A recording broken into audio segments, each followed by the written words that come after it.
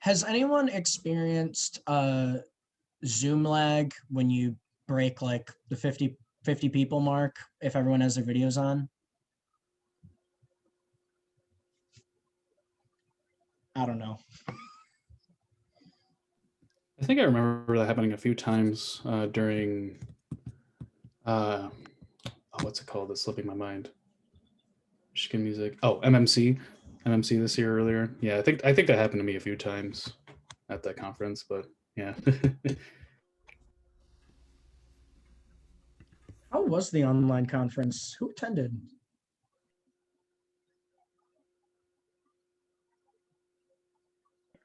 Yeah, it was really good, but it was also very draining by the end of it. Casey presented at it actually. I did. But it was pre-recorded, so I didn't have to worry about any of like the lag or anything, but I did present at MMC this year. What was your topic, Casey? My topic was using visuals and music, or using an undergraduate grant and topics or visuals and music to tackle a social justice topic. So long, so many elements, but yeah, it was really fun. That must have been really beneficial for you to like both do all of that research and then, present on it. Yeah, it was a really great experience. I want to say hi to Dr. Tully. Hi, Dr. Tully. Hello, everybody. How are you? Thanks for inviting me. I'm excited about this. Thank you for being here. For the other people from other schools, Dr. Tully is our department head of music, theater, dance at OU. She's the head of our department, so we're really excited to have her here. Thanks, and welcome, everyone.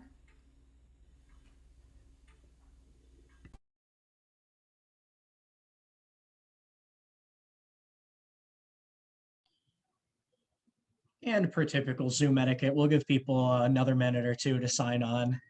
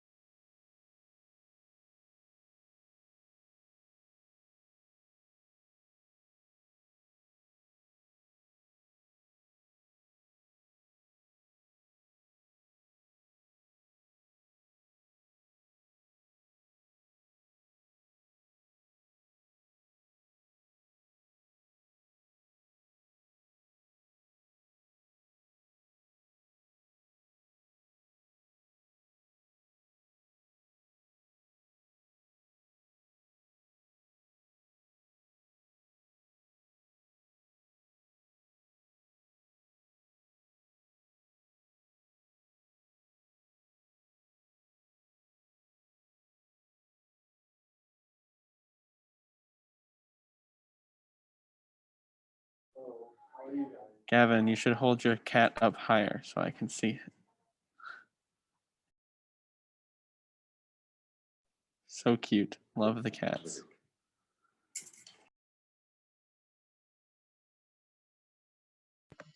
He's my big fluffy boy.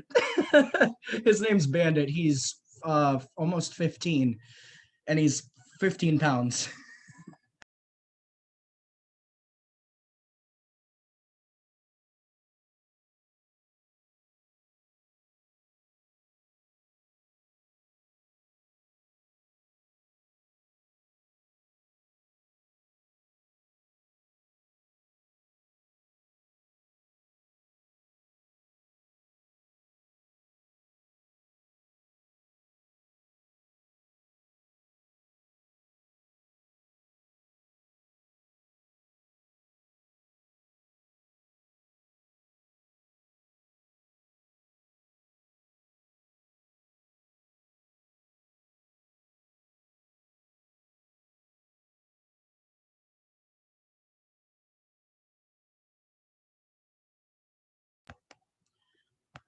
All right, everybody. Well, thank you so much for being here tonight.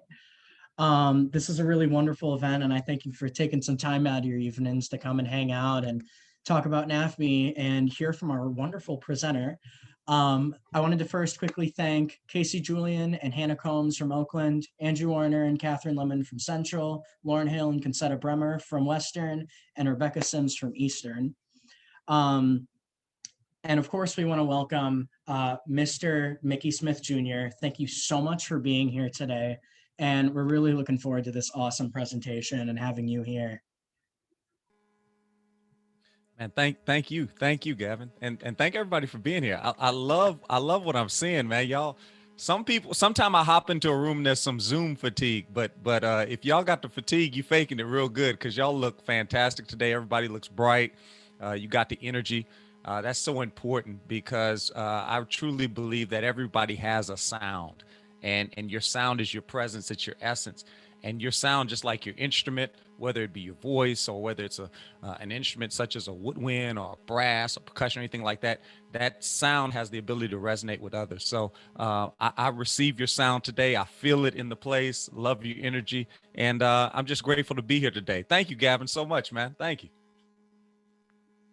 Wonderful. So just so you guys know about our format, we've got a couple of questions ready, and I'm actually going to start us off. As we're going through, you're welcome to just raise your hand and you can unmute yourself and you can ask your question, and the floor will be open for everyone to talk and ask and hear from Mr. Smith. So without further ado, I will dive right in. The first question that we have for you today, we want to know, especially in this pandemic, a lot of things have changed and they're different right now. How has the way that you've interacted with your students changed in the last year? Is there anything that you've learned that you're going to continue doing in the future? And are you promoting any types of, student leadership roles right now? What are you doing? Wow. Well, that one question could be like a whole workshop. Like that's a conference right there. but yes, I think that's a great question. Just to kind of give you a little background, I do teach in Southwest Louisiana. So to give you some perspective, like everybody, Friday the 13th was the last normal day for us. Like for so many people, last year, March, Friday the 13th, right? So COVID strikes. We're in this sphere of uncertainty. We don't really know what's happening. We start the school year, but then we're delayed by more COVID restrictions. And then just when we start to get a little bit of traction, we have a hurricane that hits our community. Like the eye wall went right where we live.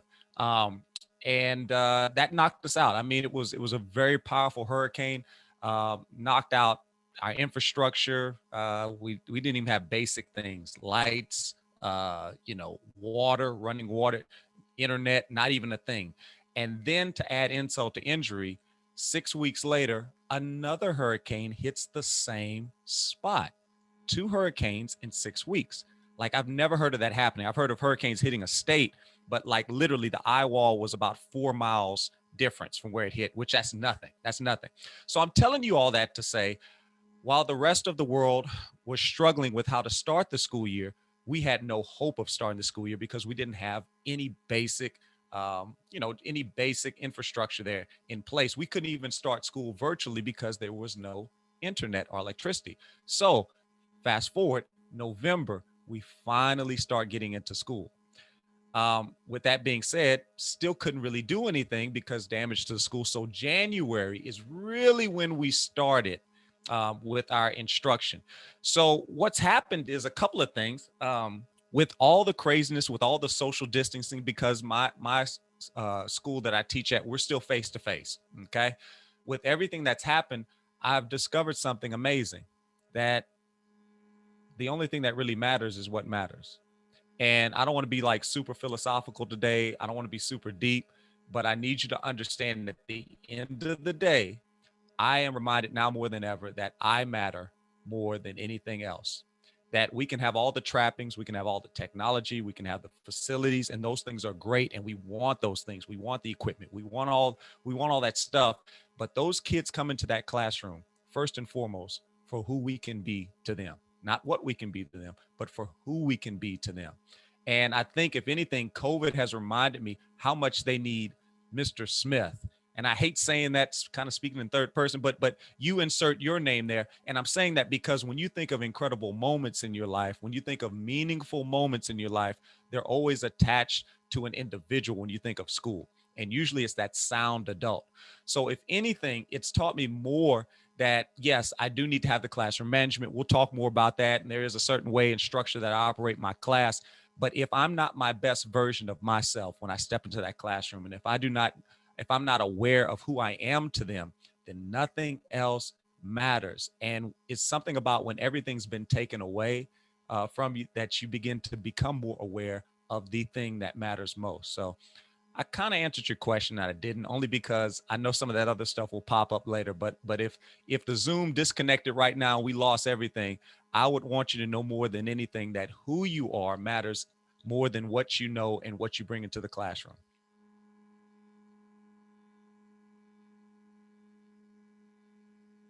Thank you so much.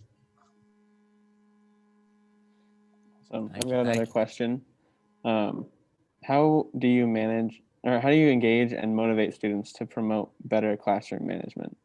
Absolutely. Absolutely. Great question. So I'll kind of go back and answer some of the things Gavin probably wanted to know and many of us wanted to know as we get into this. I really do feel like the whole idea of teaching is a three-prong approach. I believe you as an individual, as I mentioned before, you have something that you bring to the table. You have a certain significance. I call it your sound. It's who you are.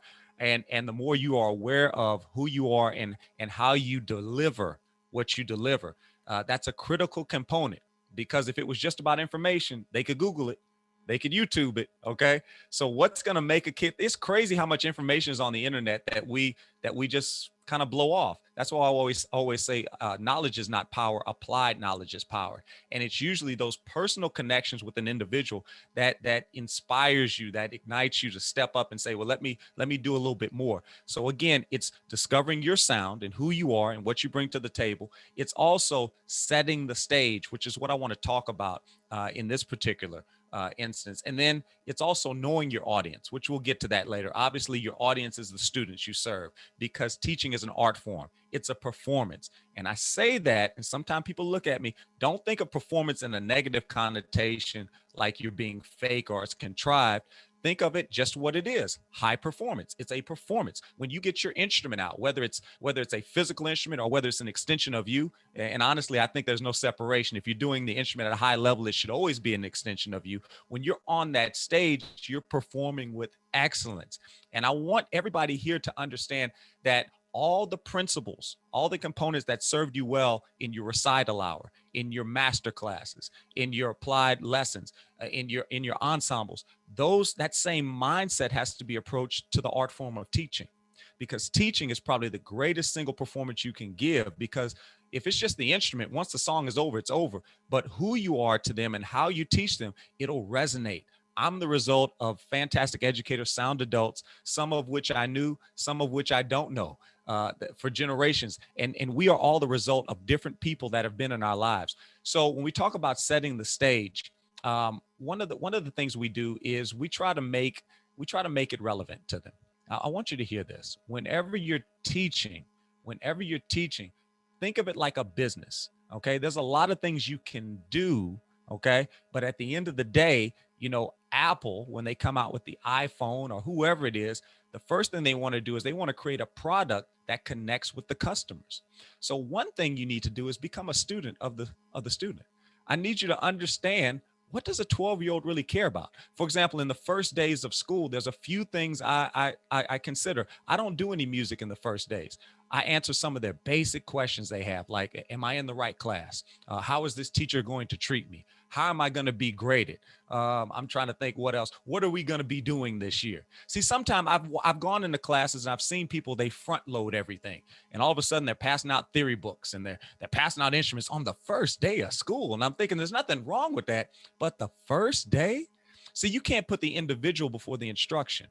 So I'm really taking my time with this because I know I have a lot of brilliant people on the line, and all of you are accomplished in your own right.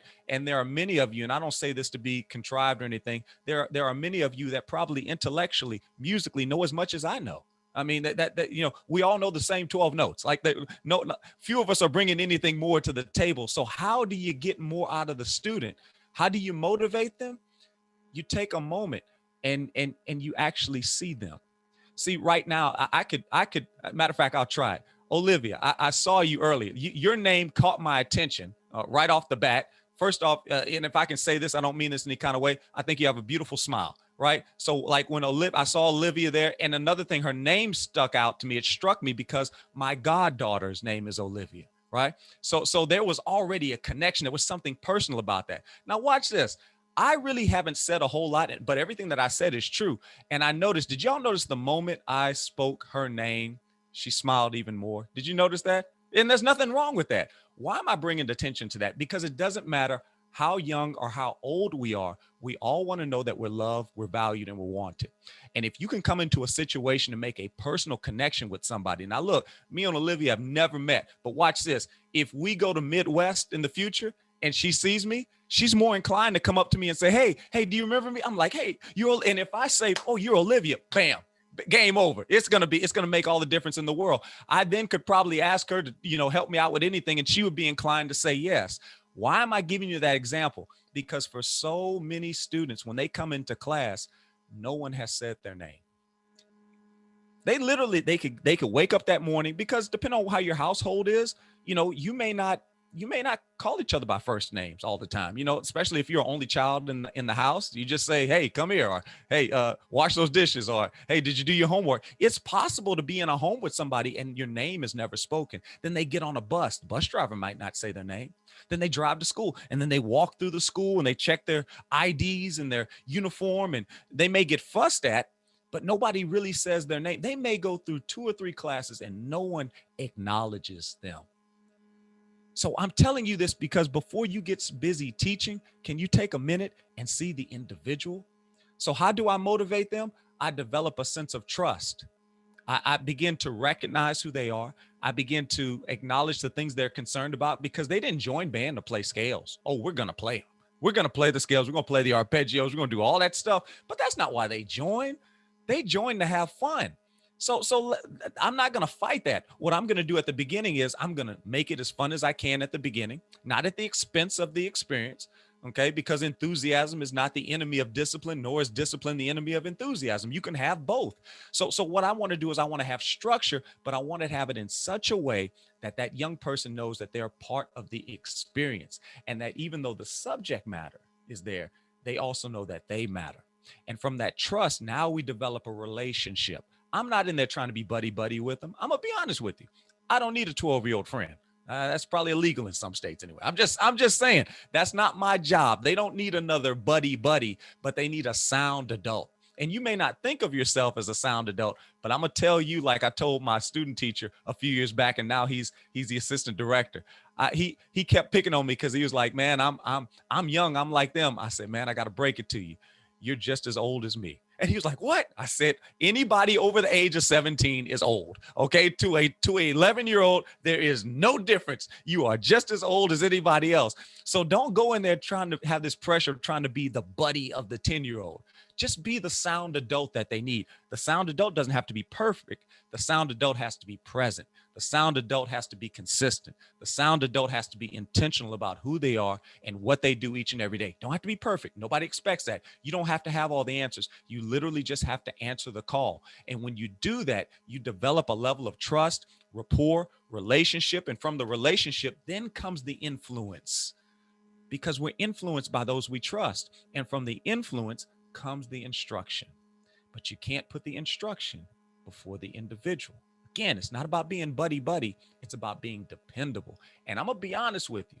Okay. I'm going to get on my old man soapbox right now. So many folks your age are not reliable. So if you can just be, you don't have to be perfect. Check this out. Like, that wasn't a knock. That wasn't a dig. I'm not trying to throw shade on anybody. Just hear me out.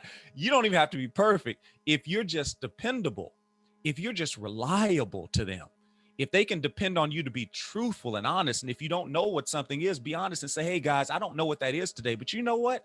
As much as you practice, that's how much I study. And I'm gonna go home. I'm gonna go home tonight, and I'm gonna connect with some of my mentors, and I'm gonna Google some stuff, and I'm gonna find that answer out for you tomorrow. Do you know what that means to them when you come back and you're a person of your word to them? That's what being a sound adult is. So how do I motivate them? I become the individual that I always wanted. I become the individual that I believe they deserve. Not a perfect individual, but one that they can depend on, one that can be that sound adult, because every child's one sound adult away from discovering their sound of success. And I think that's how you motivate them in a nutshell.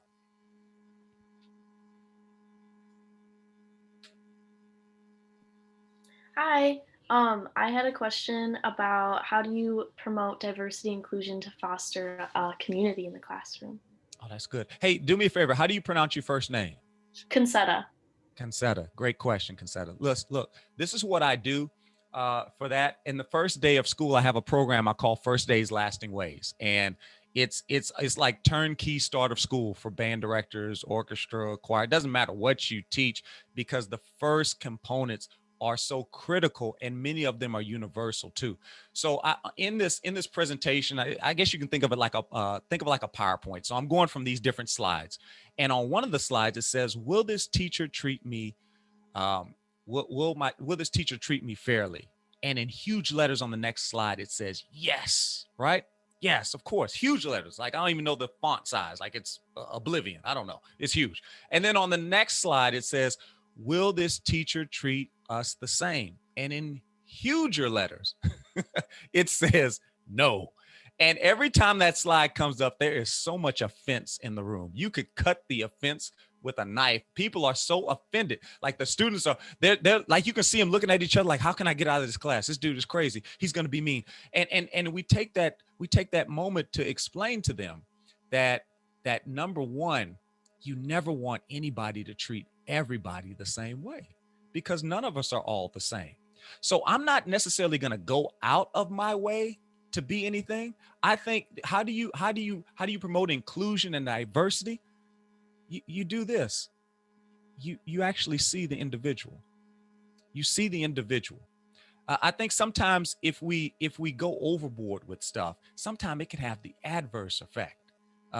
You have to acknowledge it, but it can't be acknowledged at the expense of the humanity of the individual.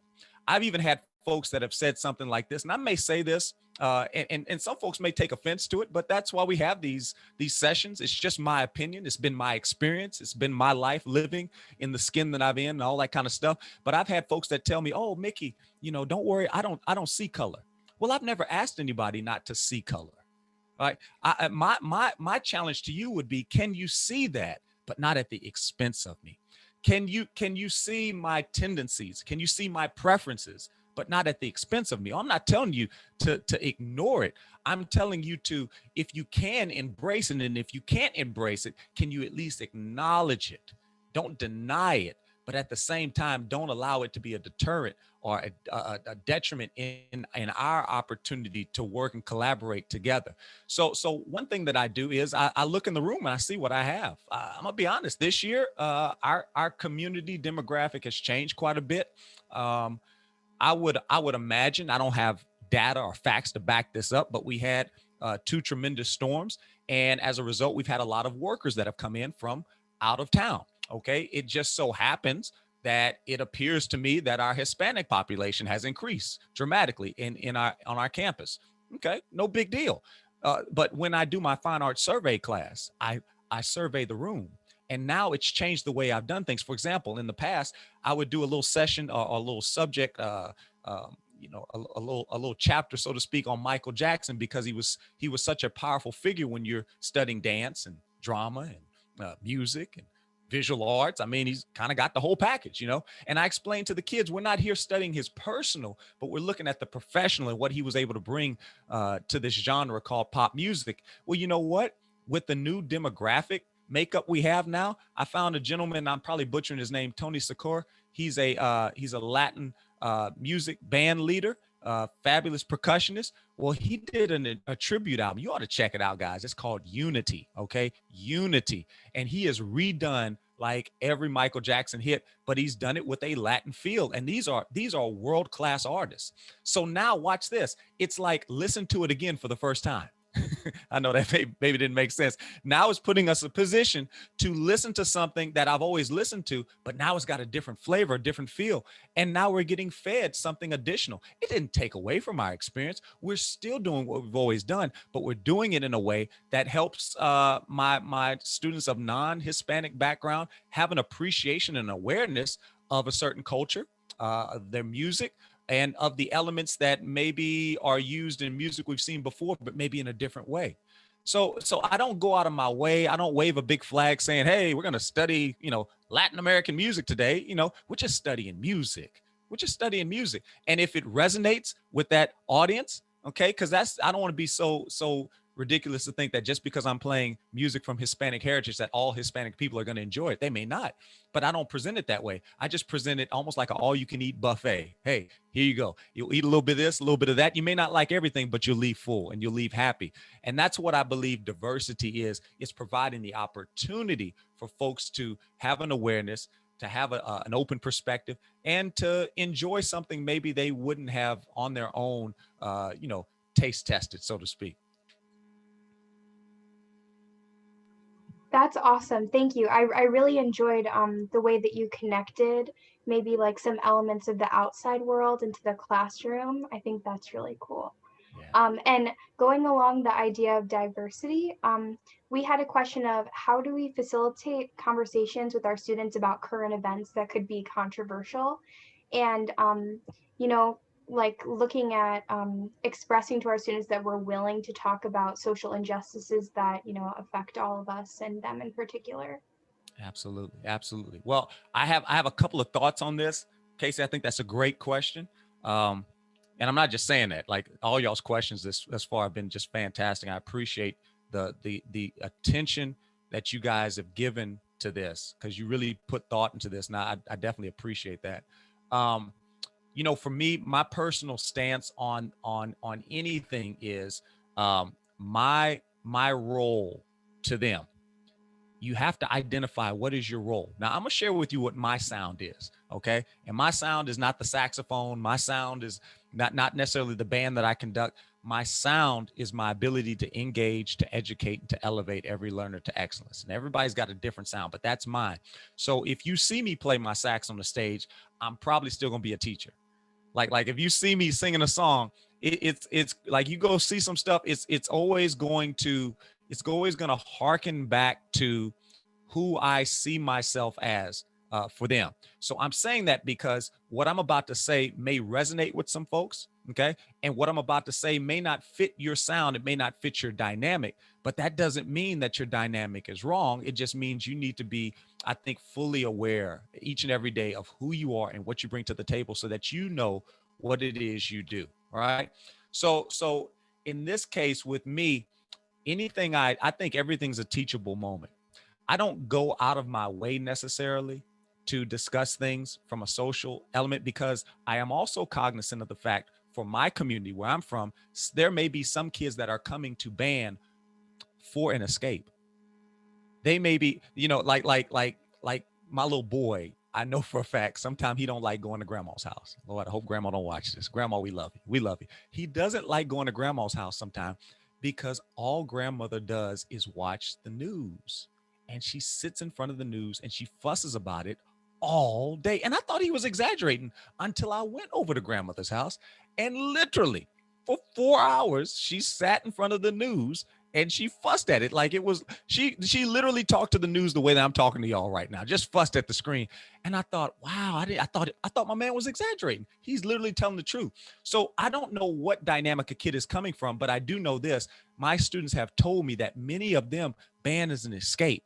So in our instance, we literally have kids that are living in travel trailers outside of their homes because their homes are still destroyed. Okay. Like a vast majority of our community is still messed up. So for me to talk about the hurricanes when they come to band would have an adverse effect. because they are literally coming to me for a sense of normalcy. And for so many kids, band is the only thing that still has some level of what I remember life being before. So I have pick and choose. Now, watch this. As I'm teaching a piece of music, if something is applicable, okay, if it serves the better good of us achieving that musical ideal that we're trying to reach, yes, I will reach into the local news or the national news, and I'll pull out something, or I'll pull current events. But I can't say that I do it with the focus of being some type of advocate for it, or I'm not trying to go out there and do it. But there have been some times where something needed to be spoken about. And what I do is I always tell the kids, if the elephant's in the room, I'll share with them how Mr. Smith feels. And I explain to them that my perspective does not diminish who you are and what you feel. But I want to share with you where I stand on this. So out of respect, you know how to engage me. And you know what? If we can, we'll even open up the floor so we can discuss how you feel, so that I'm aware and I'm sensitive to who you are too. So I don't say something, out of kilter, or say something that would put you in a compromising position. But all of that ties back to what I use in my classroom. Is the code of cooperation. We used to call it the code of conduct, but it's the code of cooperation, because these 7 things I'm about to say helps the whole band experience work, and they have nothing to do with music. The first one is follow directions. Second is raise your hand to speak. 3 is stay in your seat. Number 4 is be prepared. 5 is respect property of others. 6 is treat others with respect. 7 is gum, candy, food, or drinks are not allowed. But number six is powerful. Because number 6, I preach on this every day. I call it win by 10. In the first 10 minutes of class, I take care of all the logistics, whether it's attendance, and I have student workers that'll do that, and all these different things. But in that 10 minutes, I'll take about 2 minutes, and I'll recite that saying. I'll have the students say it with me. Follow directions, raise your hand to speak, stay in your seat, be prepared, respect property of others, treat others with respect. Gum, candy, food, or drinks are not allowed. Now, within each and every one of those, my friend calls them Smithisms. I'll have a little Smithism that I'll share with them, but it's a teachable moment. Why? Because every class is different and every rule structure is different. And I never want to assume that when they get to my class, they automatically know what to do. So I use every opportunity to create the culture and to create the climate. For example, first one is follow directions. Hey, I'm gonna boss you until you become a boss. So your goal is to make boss moves. The moment I see you have the autonomy and you're operating with the authority, you'll notice I won't say anything about it. I'll move on to the next thing I'm trying to make you a boss on. Number 2 is raise your hand to speak. I got 2 ears, but I can only hear one person clearly, particularly with the mask. Please raise your hand. It's not a detriment. It's an accelerant to the learning. It allows us to navigate this thing in a powerful way. Number 3, stay in your seat. It's not a hostage situation. I'll let you get up at any point in time, but you got to do it right. Refer back to number 2. Please raise your hand. And if you do that, I'll be able to acknowledge you. The worst thing I'll say is not right now. The worst thing I'll say is give me a few minutes, but I'll let everybody get out the chair. It's just got to be at the appropriate time. Number 4 is be prepared, right? Sometime I might sing the little line from Lion King, the little line from Lion King. Yeah, be prepared, like Scar used to say. Number 5, respect property of others. See, everybody's instrument is a story. And at the beginning of the year, I tell the kids how I got my instrument, what that story looked like. And I explain to them, you never have a right to mess up anybody else's story. See, when you say it that way, it paints a whole nother picture. Now it's not, oh, I can't touch somebody else's instrument. Now it's like, oh, this is sacred. This is sacred. It's important. As a matter of fact, not only is their instrument sacred, but so is mine. I have a responsibility to care for my story. See, people care about their own story. And when I can show them that horn is more than just a horn, but it's an opportunity, oh man, then all of a sudden they hold on to it. But then finally, treat others with respect. I show them, I say, sometimes I'm going to be an irritant to you. Sometimes I'm going to aggravate you. Sometimes I'm going to say terrible things to you, like, do it again. That's not your best. Take it home and practice. Oh man, I know you can do better. Oh, horrible things, terrible things, like never settle for less than your best. But you'll watch after a while, you'll notice that I'm not trying to rub you the wrong way. I'm just polishing you up so you shine. But you have to understand that in this process, understand that everything that I say and do is going to come from a place of respect. Now, why is it important I share that at the beginning? Because I need to explain that to them, because everybody loves band the first week until they realize they have to practice. And then all of a sudden, yeah, that old curmudgeon Smith, here comes that practice word again. But as I teach that every day, after a while, they understand, oh, he's not mad at me. He's mad about me. He's crazy about me. He wants to see me better. He wants to see me improve. Then that sets the tone for those awkward conversations that we have to have. And when the awkward conversations begin to emerge, now all of a sudden we're in a position that Smith is now a trusted figure. So now when I say something, they know it's coming from a place of love. So I know I went the long way to explain that, but I need you to understand everything is connected, even the rules from the class. And a lot of times people want to go rogue. They want to go freestyle with it, but nothing works without the fundamentals. So you have to have the fundamentals in place so that you can have those extraneous moments, those extracurricular moments, those off the script moments. The off the script only works when there is a script.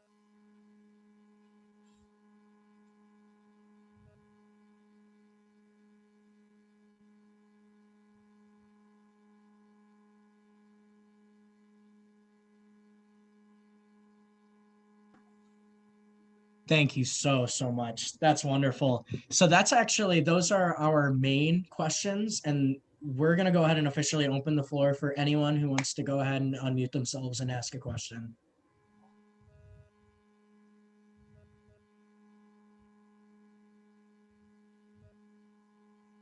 I frightened everyone. I'm sorry. I have a question if it's okay. Yes, Amy, sure. So, most of our students here from, not just from Oakland, but are getting ready to, in the next few years, if not sooner than that, be first year teachers.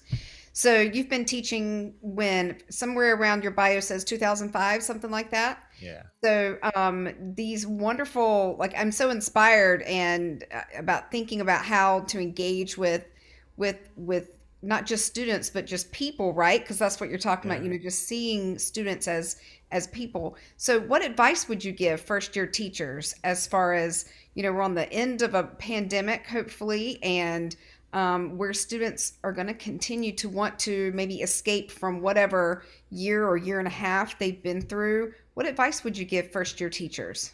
Oh, okay. That's a great question. I would say two things, two little pieces of advice.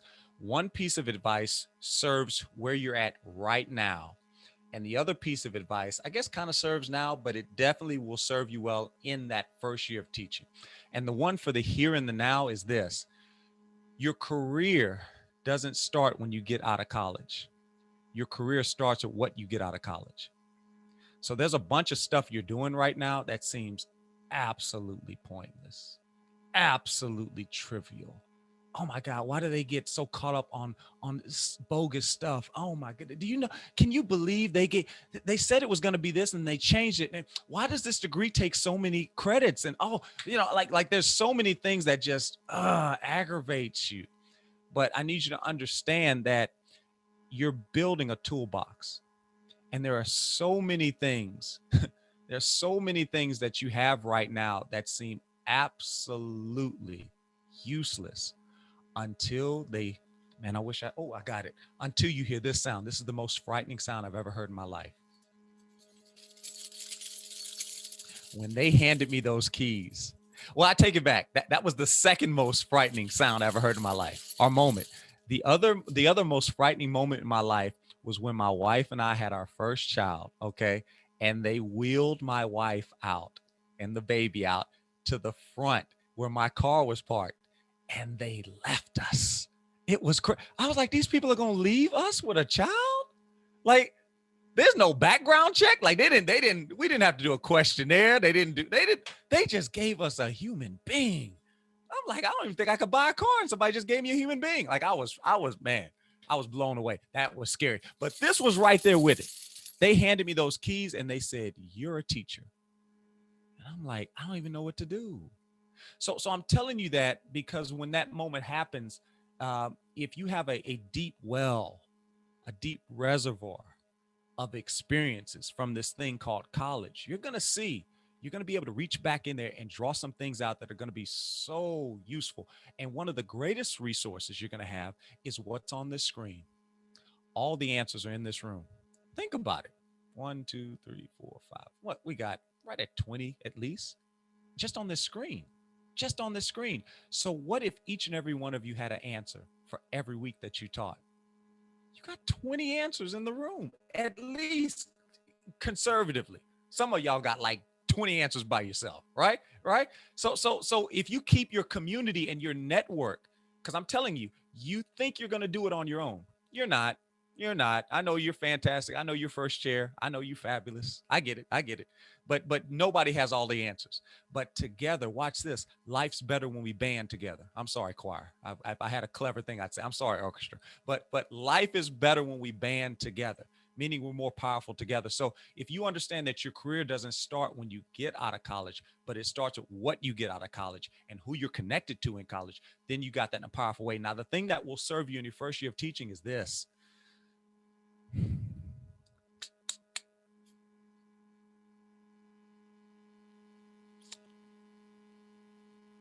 It's killing some of y'all, huh? Yeah. Patience. Patience. See, even that was uncomfortable. I saw some of y'all, I was like, oh my God, check his bandwidth. Like something, like what was it? You gotta wait on it. And y'all laugh, but wait till you're gonna remember this moment, because some things just take time. Don't be so critical when you get out there teaching. Well, I can do it. I'm sure you can. But maybe there's a reason so-and-so down the street is not doing it the way you said. Mentorship is so important. Get connected with somebody. Get connected with somebody that's been in the game for a while and begin to ask those challenging questions. Well, why are you taking this amount of time to do it? Because there are some things, even if you're building a house, it just takes time. Try to go rush to concrete. Try. I promise you, your house is going to be crooked. You've got to let some things set. And I'm telling you that not because there's anything wrong with you. I don't question your intelligence. I don't question your integrity. I just know that the society we're built in right now is not built on patience. See, music is the only thing that still takes as much time in 2021 as it did in 1921. I haven't figured out how to microwave a flute aperture. I hadn't figured out how to microwave a saxophone embouchure yet. I hadn't figured out how to microwave a beginner yet. Okay, that sounds terrible when you say it out loud, but you get the idea, right? I hadn't figured out how to fast forward. I'm not here cooking kids, but listen, I haven't figured out a way how to fast forward that thing. You know, now when you figure that out, you're going to be a billionaire, right? Because band directors everywhere, choir directors everywhere, they're going to be like, hey, give me the secret sauce. But until that happens, you just like the rest of us. You have to operate with patience. And if COVID has taught me anything, it's that I'm not as patient as I thought I was. So if you come into my band hall, I have an entire dry erase board that's dedicated to the word patience. Patience. And it's not for the kids. It's just a reminder for me, so I know to take my time with them. Those two things would be the main two things I would tell you. That's great. I think that's great advice. Thank you so much. Thank you. I have a question, if that's all right. Yeah, Sarah. By the way, I love listening to you talk. You're just rejuvenating me. I'm so tired and I feel much more awake. Well, blessings. That's what it's about. That's what it's about. One of the things you mentioned was you have to be the best that you can be for your students. And I know like a big thing people talk about is the burnout, especially in a pandemic. We're dealing with a lot of regression with our students and even with ourselves. So I was just wondering, what do you do? What steps do you take to kind of prevent burnout or to rejuvenate yourself when there's those times you need to go in the class and be that Mr. Smith for them, and you got to be, even though if you don't feel it. You're right. That's man, you really hit the nail on the head. One thing that I do is I make a date with myself every day. I have to like me. I make a date with myself every day, meaning I prioritize myself. I prioritize my mental health. I prioritize my self-worth each and every day, because what happens is, because of the nature of what we do, a lot of time we look for the applause. It's just who we are. I mean, think about it. For the last at least 10 years, you've been driven by this profession. You've been driven by this passion, but you've also been driven by the affirmation of maybe a band director, choir director, orchestra director. You look to them to see if you were doing a good job, right? maybe maybe you had parents that did that. And then you had that first Christmas concert, that winter concert, or that fall concert. And boy, the crowd applauded. And you went, oh, I never had anybody clap like that before. When's the next concert? And as beautiful as that is, it's a slippery slope, because now a lot of times we're constantly doing things for the validation of others. But I need you to validate yourself, because watch this. You are now a fountain for others. Teaching is a very giving and selfless profession. And I'm going to be real with you. If you're the type of person that absolutely just needs somebody to tell you how fantastic you are, if you're the type of person who has to play their instrument for the musical experience to be fantastic, you're in the wrong profession. Because if you can get the picture of that iceberg, we've all seen the iceberg where the tip of it is above the water and there's a whole another segment of the iceberg below. The part that you see is really not what it is. Very little of what I do is the goosebump, touchy-feely, ooh, musical moments. I can count them probably on one, and I have a great program, but I can count them on one hand in the course of a year. And that's not a knock. I don't want to scare anybody. I just need you to understand, I work with the Midget Mafia. I work with beginning band. Okay. I work with beginning band. And if you don't understand what I'm saying, I need you to join my Sound 180 Educators page, okay, on Facebook. And I go live, and you get to see me teach. I don't doll it up. I don't gussy it up or anything like that. I'm giving you the real deal. And they do great, but they're just beginner sounds. And what happens is, if we are not passionate about posture, sit tall, shoulders fall, meet in the back, feet flat. If we're not passionate about clarinet assembly, if we're not passionate about inhaling and exhaling in a proper way to reinforce the diaphragmatic support and resonance in if we're not passionate about helping a kid open up their locker, if we're not passionate about showing a kid how to read a schedule on their first day of middle school because they're in tears, then what happens is you become lost, because you never get to that thing that you thought it was about. But music is not what it's about. Matter of fact, my 8th graders, I tell them, when they get to the end of the game, I call them all into the room and I say, the joke was on you. The joke was on you. And I tell them it was never about music. Music was just the vehicle. It's a cool vehicle. I mean, it's super cool, but it doesn't make up the whole experience. So I need you to do a sound check, assessment of yourself, and ask yourself, what is it that drives me? For me, gratitude. Every day I wake up with 2 words: thank you. Whether I feel it or not, thank you. And watch this. When I say it, and I'm going to tell you this, good luck finding me on a bad day. I promise you, go back and look at all the videos. Good luck finding a bad day. Good luck. It's hard, because I understand it's the performance. It doesn't mean you're fake. It just means you're operating with excellence. And when you're performing in the wind ensemble and your nose was running, did you stay home that day? When you were in the ensemble group, the chamber orchestra, the chamber choral group, and your throat was a little scratchy, did you stay home that day? Mm-mm. Okay. Sometimes people even had a broken leg and they still showed up to the jazz band concert to perform, right? Because the performance supersedes everything, right? And I'm telling you this, once you got there, didn't you usually feel better? Once the baton started moving a little bit, and once the music started going, you felt better, because you understood what was important in that moment. And each and every day, I do this. I perform. I say thank you, and I put a smile on my face. Now watch this. I dare you today, if you don't hear anything else, write this down. No matter how bad your day is, if you say thank you and you smile as you say it, I promise you it changes. You literally, look, I just explained it and some of y'all were smiling. Isn't that crazy? All right. There's just some things I can't even understand. Like if I'm working with students, if you want to get a student to do something for you, watch this. This is what you do. You nod your head yes, and you smile and you tell them what they're going to do. Okay. You're going to go home and you're going to practice 3 hours today. I would never tell a kid that, but if I had to, I'd tell them with a smile, not nod their head. And you know what they would do? They're like, I am going to go home and practice 3 hours. I don't even know why. Jedi, right? So I'm telling you this because our ability lies in our perspective. I need you to change your perspective. When you say thank you and you put a smile on your face, it changes the whole perspective. It changes how you see things. You may not be able to change the problem, but you can change how you see the problem. So every day I wake up and I do a sound check. SOUND. I literally write down 4 things that I'm going to intentionally do that day. And at the end of the day, I go back and I assess myself. I give myself an observation every day. S stands for see yourself beyond yourself. See yourself beyond yourself.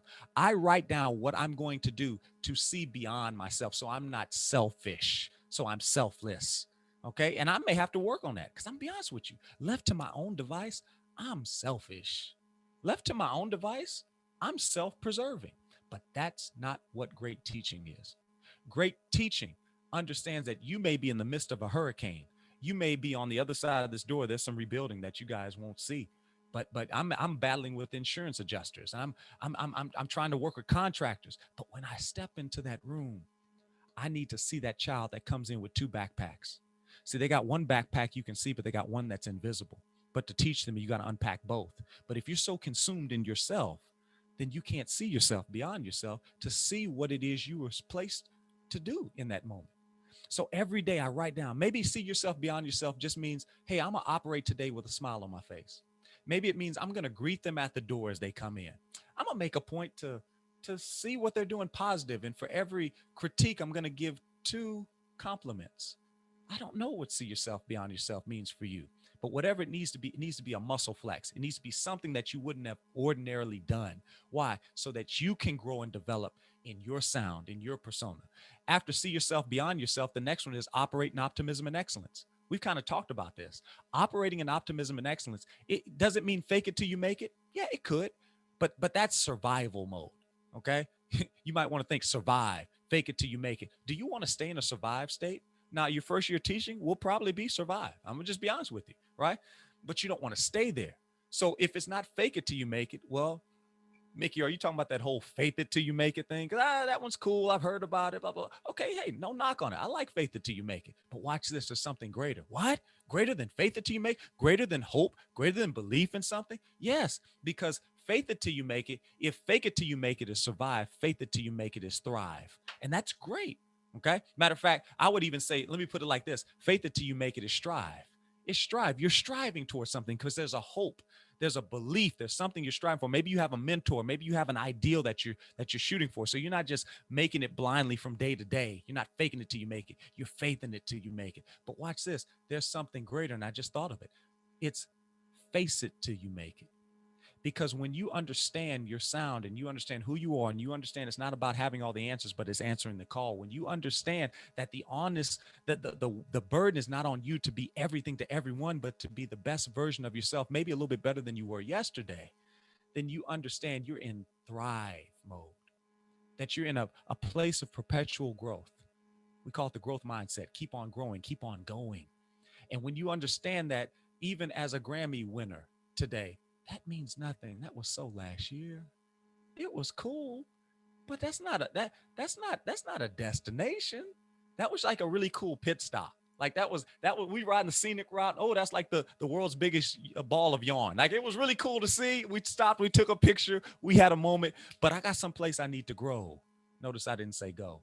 I got someplace I need to grow to. And when you understand that, what you have inside of you, if it was good enough to listen, if you're here today, you've survived 100% of the things that have come against you. That's some super good odds, even on your worst day. Think about it. Okay. And I'm saying that, and I'm going to say this not to make you sad today, but from somebody who has gone to the funerals of former students, from the funerals of current students. Okay. Life is precious. And I'm not saying that what you're going through isn't challenging, but can you see the blessing of it? Can you see the lesson of it? Okay. It's not a loss. It's a lesson. If you're here today, no matter how difficult school is, if you're here today and you're still enrolled, that tells me if you did it before, you can do it again. You've survived 100% of the challenges you faced. And if you have that mindset each and every day, then now not only are you operating with optimism and excellence, but you're operating with a hope and an assurance that allows you to be consistent and intentional each and every day, utilizing all available resources. Hey, that's what COVID's taught us. Okay. You don't have to go out and get new things.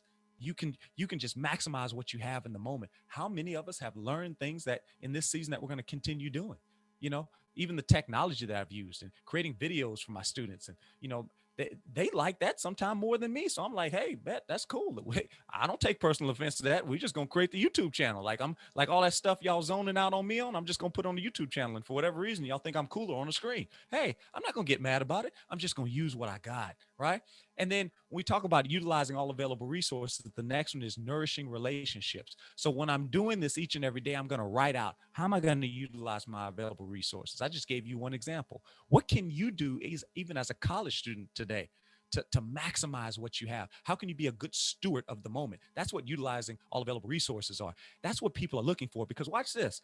Most decisions made about you will happen when you're not in the room. I'm going to be honest. Go ahead and do the portfolio, do the resume. Please don't take me out of context what I'm about to say. Do all that stuff. But I'm going to be honest with you. The resume never got me a job. Most of the time, they kind of made up their mind before I even stepped into the room because my reputation preceded me. You have no idea how many people your college professors know. So before you even go to that job, they've already, and don't do the recommendation thing. Don't do the reference thing. You do know they're calling them, right? They're going to email them. So before you even get in the room, who you have been will determine who you will be. That's why this moment is so powerful. Like, I get it. It's just that class. But do you understand that class could get you your career? Because that person is looking to see what type of a person, what type of a student they are. Because the type of student you are oftentimes will reflect the type of teacher you are.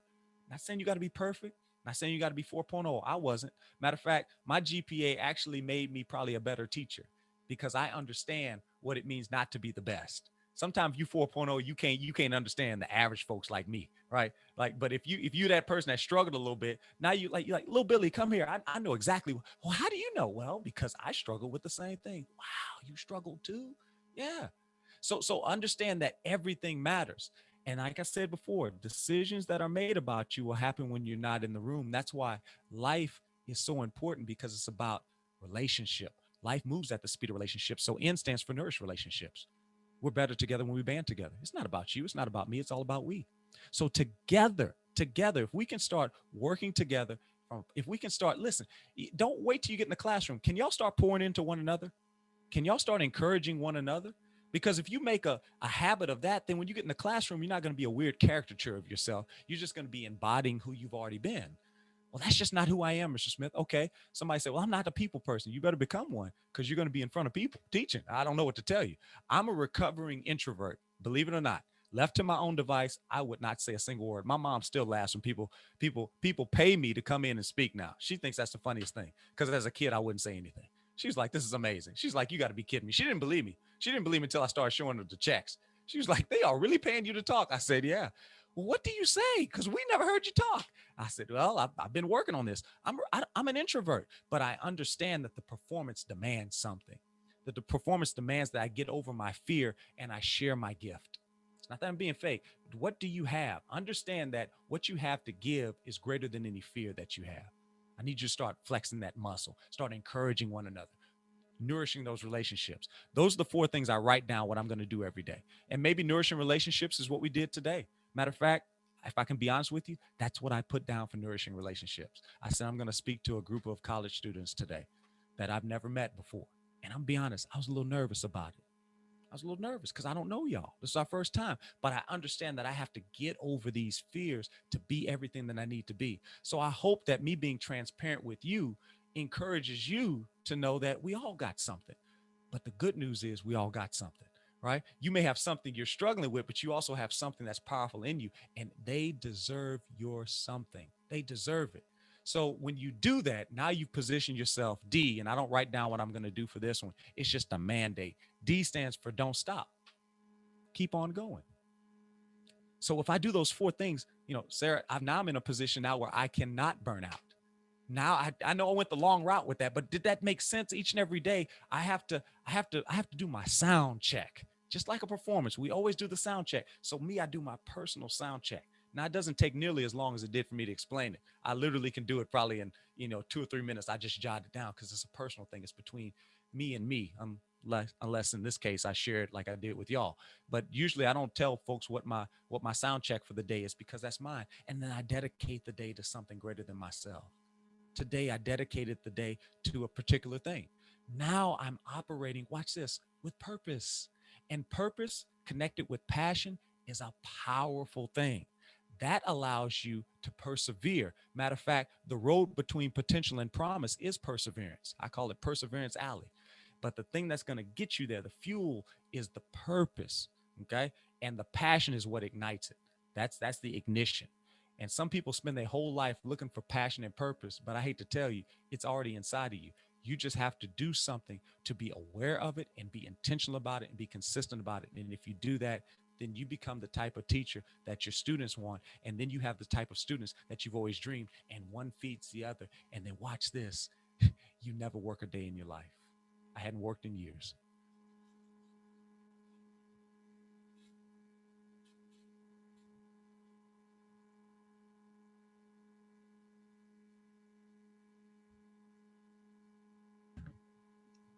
Thank you so much. Thank To y'all, say the man. It's been least. fun. Well, I think we've hit our 60-minute mark. We're coming up on an hour. This has been absolutely wonderful. Thank you so much for being here and taking time out of your evening to speak with us, Mr. Smith. I again want to thank everyone else who's taken their time time and effort to help organize this. But I think if I've taken anything from this, Mr. Smith would agree. The biggest thanks goes out to everyone who took time just to be here and listen and learn from this. So thank you so much, everybody. Thank you, Mr. Smith. Thank y'all. Thank you, Gavin. Thank you. Thank you for having the courage to reach out, man. And I appreciate the entire team for putting this all together. And I hope you guys stay encouraged. If there's anything I can do for you, never hesitate to reach out. I encourage you to come join my group, Sound 180 Educators, SOUND, the number 1, the number 8, the number 0. And we help you teach by design, not by default. We help you create a sound 180 days of classroom instruction and harmony. And more than anything, it's just a positive, encouraging learning community. So I hope you guys stay connected. I hope to be able to follow you on your careers. I won't say bye. I'll just say until next time. And I'll also say this. If I can end with anything, it's with a confession. I have a confession to make. I don't teach music. After all this today, I don't teach music.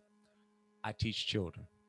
And if you remember anything, remember at the end of the day, you don't teach music and you don't teach students.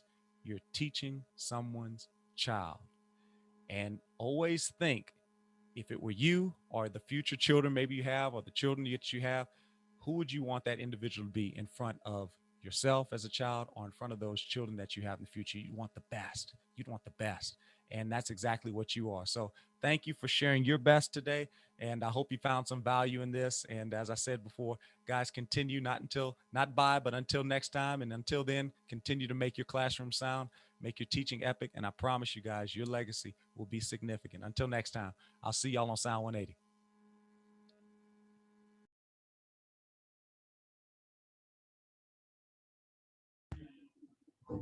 Thank you so much, Betsy. I think Hannah Combs took some screenshots throughout the presentation, and I snapped one too, just in case. We're also recording, so we can always do a screen capture later. Yeah, I got a bunch throughout, so. Thanks for inviting me. He was amazing. Amazing. Amazing. Wow. Yeah. Well, if anybody wants to hang out and just talk about life, that'd be wonderful. I'm gonna stick around for a few minutes. I know you all are very busy and it's a very time of the year. So if you got to get going, get going. Thank you so much for being here tonight.